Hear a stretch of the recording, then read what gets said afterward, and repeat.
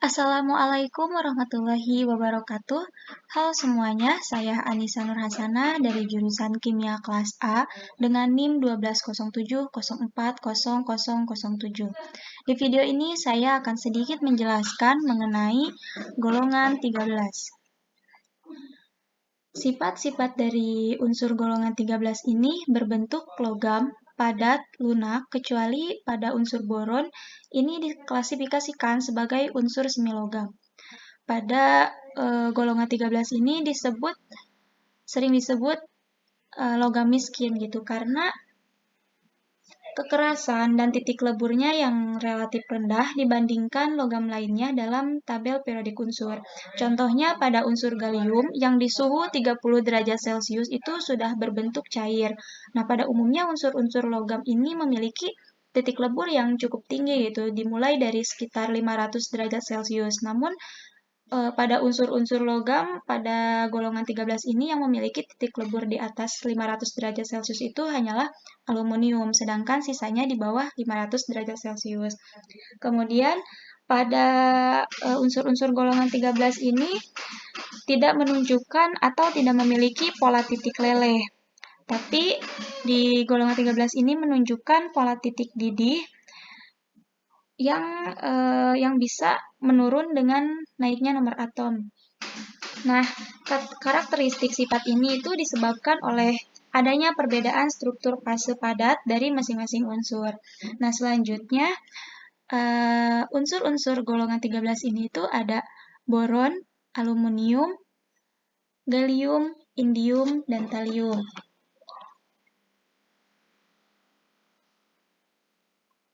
Nah, yang pertama itu ada unsur boron. Unsur boron ini adalah suatu unsur kimia dalam tabel periodik yang memiliki lambang B dan nomor atom 5. Elemen metaloid, trivalen, dan boron itu banyak terdapat di batu boraks. Nah, ada dua allotrope boron. Salah satunya boron amorphous. Nah, boron amorphous ini adalah serbuk coklat. Tetapi boron metalik ini berwarna hitam. Dan boron juga merupakan satu unsur paling ringan karena hanya memiliki 5 elektron dan nukleus terdiri dari total 6 neutron dan 5 proton.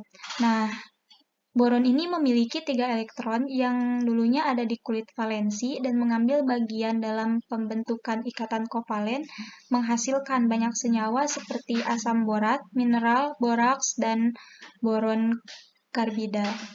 Nah, sifat dari boron ini merupakan non-logam dan merupakan satu-satunya non-logam dari golongan 13 dan di tabel periodik unsur. Nah, boron ini berada dalam kondisi kekurangan elektron karena memiliki p orbital kosong. Nah, unsur ini memiliki beberapa bentuk dengan paling umum adalah boronavmor yang berwujud bubuk gelap dan basa.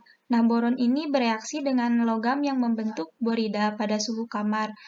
Nah, boron ini adalah konduktor listrik yang buruk gitu, tetapi merupakan konduktor yang baik pada suhu tinggi. Selanjutnya, reaksi pada boron ini ada reaksi dengan halogen, di mana boron bereaksi dengan halogen ini secara umum bahkan sampai terbakar dengan gas fluor gitu. Nah, ini reaksinya X adalah atom halogen. Selanjutnya, kegunaan unsur boron ini ada banyak sekali ya. Seperti boron yang tidak murni ini digunakan pada pertunjukan kembang api untuk memberikan warna hijau dalam roket sebagai pemicu. Nah, boron ini digunakan dalam kembang api untuk menghentikan reaksi pembentukan amida antara aluminium dan nitrat. Nah, boron juga digunakan untuk mendeteksi dan mengontrol jumlah neutron pada reaktor nuklir. Nah, senyawa boron ini juga digunakan dalam jumlah besar untuk bahan polimer yang yang mengandung ikatan antara boron dan oksigen. Dan boron juga sering digunakan sebagai bahan pembersih dalam uji manik boraks dan dalam sabun medis. Selanjutnya ada unsur aluminium. Aluminium ini adalah suatu unsur kimia dalam golongan boron yang memiliki nomor atom 13. Unsur kimia ini tidak bersifat magnetik, berwarna merah, perak putih, sedikit kusam, lunak, dan lembut. Setelah oksigen dan silikon, aluminium juga merupakan unsur kimia terbesar ketiga di kerak bumi. Nah, unsur kimia ini sangat jarang ditemukan dalam bentuk logamnya dan nyaris semua ditemukan dalam bentuk senyawa, di mana sebagian besar berupa senyawa yang diberi nama boksit, dan aluminium ini merupakan salah satu logam bermassa jenis rendah yang sangat tahan terhadap oksidasi atau korosi. Nah, di sini ada sifat dari aluminium, di mana aluminium ini mempunyai sifat yang ajaib. Aluminium ini punya densitas yang rendah, hanya sepertiga dari kepadatan atau densitas dari logam baja. Nah, densitas logam ini hanya 2,7 gram atau dikonversikan ke kilogram itu menjadi 2.700 kg. Nah, kepadatan yang relatif kecil membuat aluminium ini ringan, tapi sama sekali tidak mengurangi kekuatannya. Kemudian, di berbagai panduan logam aluminium ini memiliki kekuatan tarik antara 70 hingga 700 megapascal. Nah, kekuatan yang sangat besar sifat aluminium ini sangat unik gitu, tidak seperti baja. Pada suhu rendah, baja akan cenderung rapuh. Tapi sebaliknya dengan aluminium, pada suhu rendah, kekuatannya akan meningkat dan pada suhu tinggi malah menurun. Lalu aluminium juga tahan karat karena aluminium bereaksi dengan oksigen di udara membentuk lapisan oksida tipis yang ampuh melindungi bahan logam dari korosi. Nah, reaksi pada unsur aluminium ini ada reaksi dengan nitrogen dan oksidasi logam, di mana reaksi dengan nitrogen ini aluminium dapat bereaksi dengan nitrogen dan membentuk aluminium nitrida. Lalu pada reaksi dengan oksidasi logam, aluminium dapat bereduksi oksidasi logam seperti Fe2O3 dan lain-lain yang nantinya akan menjadi logam dengan mengeluarkan energi panas yang sangat tinggi.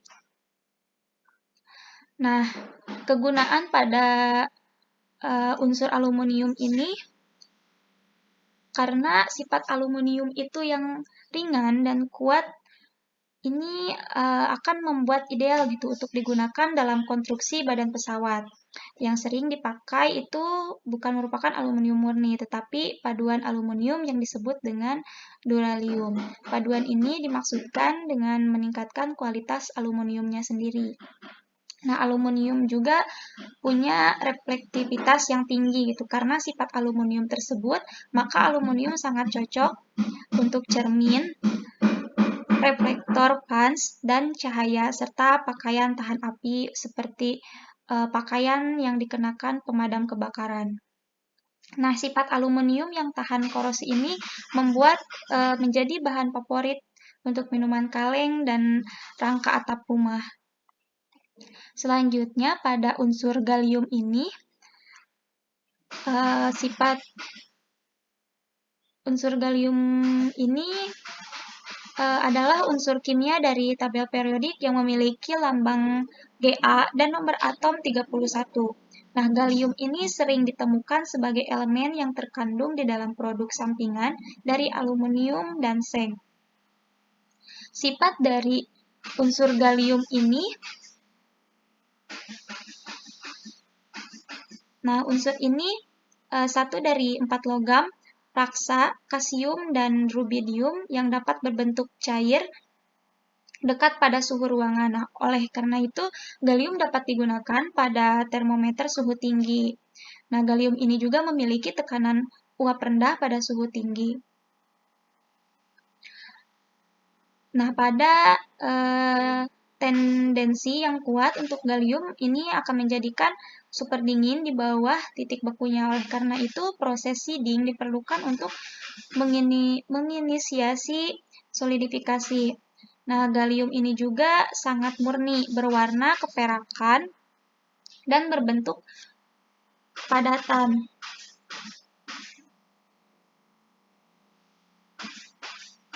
Dan gallium ini juga bersifat mudah rapuh. Selanjutnya, kegunaan unsur gallium ini sebagai untuk membentuk kaca yang menakjubkan jika dicat pada gelas gitu. Nah, unsur ini banyak digunakan sebagai bahan doping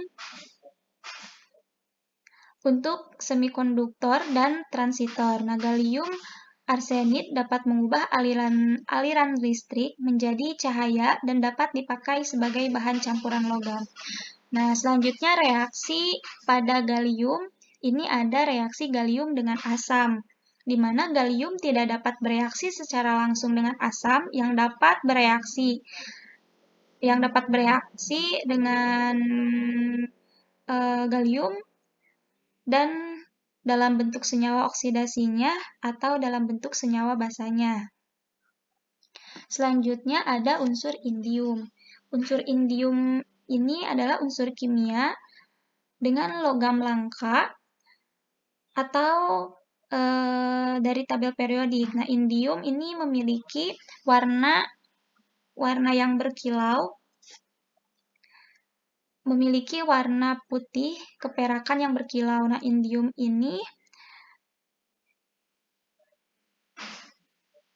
lebih lembut daripada timbal gitu, menjadikannya indium dapat tergores dengan kuku dan dapat mengalami deformasi hampir tak terbatas. Seperti timah, logam murni, indium akan memancarkan bunyi bernada tinggi saat indium ini bengkok. Nah, sifat dari unsur indium ini, indium adalah logam yang berkilau, yang sangat lembut dan berwarna keperakan. Cairan indium akan menempel atau membasuhi kaca dan permukaan yang serupa. Seperti gallium, indium tetap dalam keadaan cair pada rentang suhu yang lebar. Nah, bila dalam senyawa, indium ini kebanyakan ada dalam keadaan oksidasi 3. Lalu, indium ini bila dipanaskan di atas titik leburnya, ia akan terbakar dengan api ungu. Nah, kegunaan dari indium ini, indium digunakan dalam produksi paduan peleburan rendah. Nah, biasanya dengan gallium. Nah, titik lebur ini tergantung pada rasio indium terhadap gallium. Kemudian, kegunaannya itu, senyawa indium digunakan dalam industri, di mana industri seperti semikonduktor untuk transistor germanium, termistor, dan lain-lain. Nah, indium juga dapat dilapisi pada logam dan diuapkan ke kaca untuk membentuk cermin sama dengan yang dibuat dengan perak, tapi lebih tahan korosi. Nah, reaksi pada unsur indium ini ada reaksi indium dengan udara. Selanjutnya, unsur talium. Unsur talium ini adalah unsur kimia, dan talium ini beracun dan bernilai komersial terbatas. Seperti timah, talium merupakan elemen lembut bertitik cair rendah dan berkekuatan tarik rendah. Nah, talium yang baru dipotong memiliki kilap logam yang keabu-abuan, kebiruan setelah terpapar udara. Logam talium akan teroksidasi pada kontak lama dengan udara dan menghasilkan kerak non-protektif oksidasi yang berat. Nah, talium ini larut perlahan dalam asam klorida dan asam sulfat encer dan larut cepat dalam asam nitrat. Sifat dari talium ini, oksidasi akan terbentuk jika membiarkan talium di udara dan hidrida dapat terbentuk jika tercampur dengan air. Nah, logam talium ini sangat lunak dan mudah dibentuk jika dipotong dengan pisau.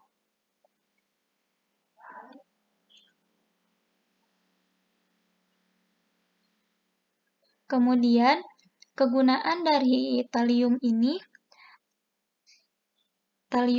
sulfat ini banyak digunakan sebagai pembasmi tikus dan semut karena talium ini tak berbau dan tidak memiliki rasa, tapi senyawa ini telah dilarang kegunaannya di AE sejak tahun 1975 karena konduktivitas talium sulfida berubah sesuai dengan eksposinya terhadap sinar inframerah.